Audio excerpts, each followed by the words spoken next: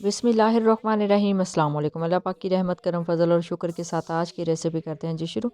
आज के इस वीडियो में हम बनाने जा रहे हैं मार्बल केक की रेसिपी। मार्बल केक वो भी without oven, without electric beater और विदाउट बटर के। ये बनाना बहुत ही आसान है। घर में जब भी कोई मेहमान आ जाए आप चाय के साथ सर्व कर सकते हैं और अपनी फैमिली के लिए भी बना सकते हैं।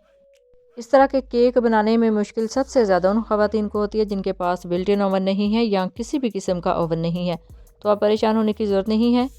आप भी इस तरह का बिल्कुल परफेक्ट बेकरी स्टाइल में केक आप घर में विदाउट ओवन भी बना सकते हैं, यानी पतीले में। तो चलते हैं जी तैयारी की तरफ। बिस्मिल्लाहिर्रहमानिर्रहीम।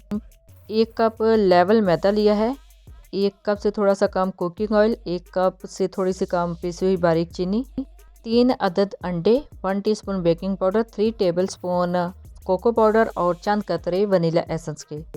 अब मैदा देख लें, अगर इससे ज़्यादा आप यूज़ करेंगे तो केक ख़राब हो जाएगा। और दूसरे नंबर पे ये जो अंडे हैं ना, ये रूम टेम्परेचर पे होने चाहिए, फ्रिज से निकाल के आपने यूज़ नहीं करने। केक बनाते वक्त इन टिप्स को आपने ज़रूर फॉलो करना है। अब चलते हैं जी नेक्स्ट स्टेप की तरफ। बिस्मिल्लाहिर्रहमानिर्रहीम। यहाँ पे बॉल ले लिया है, उसके अंदर रख लिया स्ट्रेनर, इसके अंदर ऐड करेंगे मैदा। बिस्मिल्लाहिर्रहमानिर्रहीम। और इसके अंदर जाएगा जी 1 teaspoon baking powder. Baking soda आपने ऐड नहीं करना, बेकिंग पाउडर इसके अंदर जाएगा और अच्छे से स्टेन करना है ताकि ये दोनों अज़ा अच्छे से यकजान हो जाएं। अब आप चाहें तो ऐसे ही इसके अंदर डाल के अच्छे से इसको मिक्स भी कर सकते हैं, लेकिन अगर आप छान लेंगे तो बहुत ही अच्छा इसका रिज़ल्ट आएगा और केक अच्छे से राइज़ होगा। यहाँ पे ले लिया है जी ब्लेंडर जग, इसमें ऐड करेंगे कुकिंग ऑयल। बिस्मिल्लाहिर्रहमानिर्रहीम। पिसी हुई चीनी। बिस्मिल्लाहिर्रहमानिर्रहीम। और इसके साथ जाएंगे जी 3 अदद अंडे। बिस्मिल्लाहिर्रहमानिर्रहीम। और इसके साथ वनीला एसेंस के चंद कतरे जो है ना इसके अंदर जाएंगे ताकि इन अंडों की स्मेल ना आए। बिस्मिल्लाहिर्रहमानिर्रहीम। अब ब्लेंडर जग को ऑन करते हैं।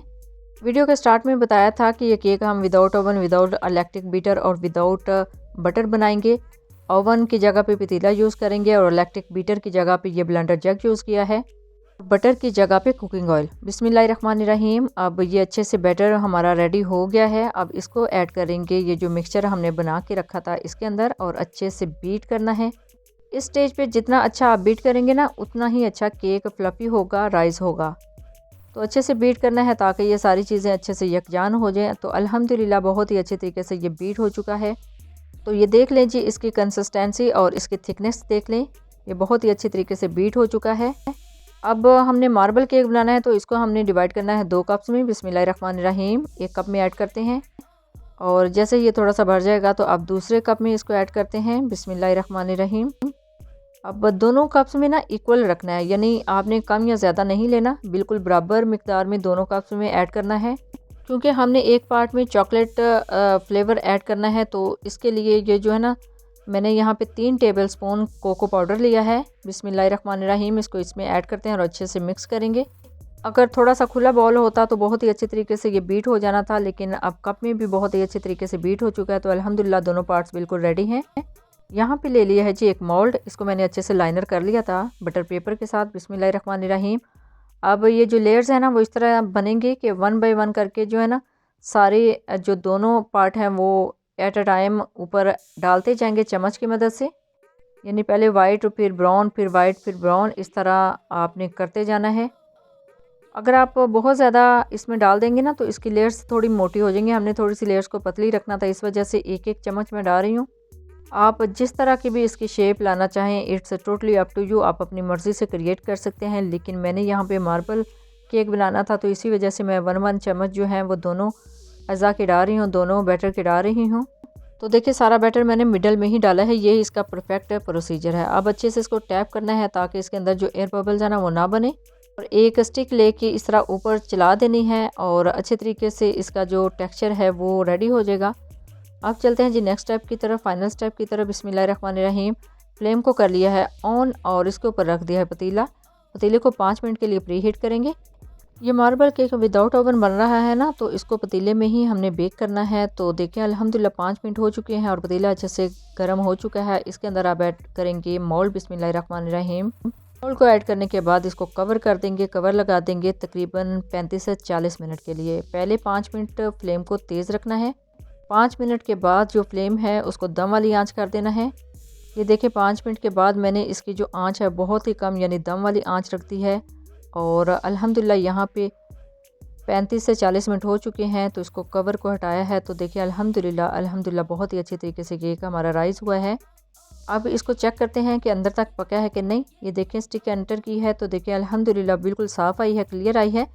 तो ये अंदर से भी पक चुका है। ये देखिए विदाउट ओवन इसके ऊपर कितना ज़बरदस्त कलर आया है। अब इसको रखते हैं जी कूलिंग रैक के ऊपर और 10 मिनट के लिए इसको ठंडा होने देंगे। जैसे ही 10 मिनट हो जाएंगे तो इसको ऐसे निकाल के आराम से ट्रे के ऊपर रखेंगे। बिस्मिल्लाहिर्रहमानिर्रहीम।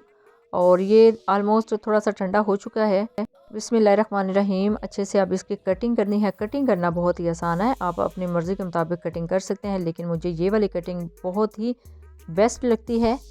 ये कटिंग हमारी कुकिंग क्लास में ना हमारी टीचर ने हमें सिखाई थी। आप इससे थोड़े से छोटे पीस भी कर सकते हैं। अल्हम्दुलिल्लाह बहुत ही ज़बरदस्त इसकी कटिंग हो चुकी है और देखिए कितना ज़बरदस्त इसका कलर है।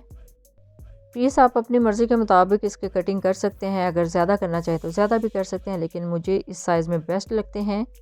तो देखिए जी विदाउट ओवन भी इसके ऊपर अच्छे से कलर आया है। ज़रूरी नहीं है कि आपके पास ओवन हो तो आप इस तरह का केक बेक करें, आप विदाउट ओवन भी इस तरह का केक बेक कर सकते हैं। अब यहाँ पे मैंने ले ली है जी एक प्लेटर में ऐड करते हैं पीसेस। बिस्मिल्लाहिर्रहमानिर्रहीम। तो देख लें इसके अंदर जो लेयर्स हैं वो भी कितनी परफेक्ट आई हैं और बहुत ही अच्छा इसका टेक्सचर था जी। तो देखिए अल्हम्दुलिल्लाह कितनी ज़बरदस्त इसकी जो लाइंस हैं अंदर से नज़र आ रही हैं। तो बहुत ही अच्छा लगता है जी इस तरह का cake without oven, without electric beater और विदाउट बटर के बेक करना। तो 1 बाय 1 करके सारे जो पीसेस हैं वो निकाल लेंगे। देखिए पीसेस के अंदर इसकी शेप कैसी आई है और बहुत ही ज़बरदस्त इसका टेक्सचर है जी, बहुत ही ज़बरदस्त, बहुत ही सॉफ्ट ये रेडी हुआ है।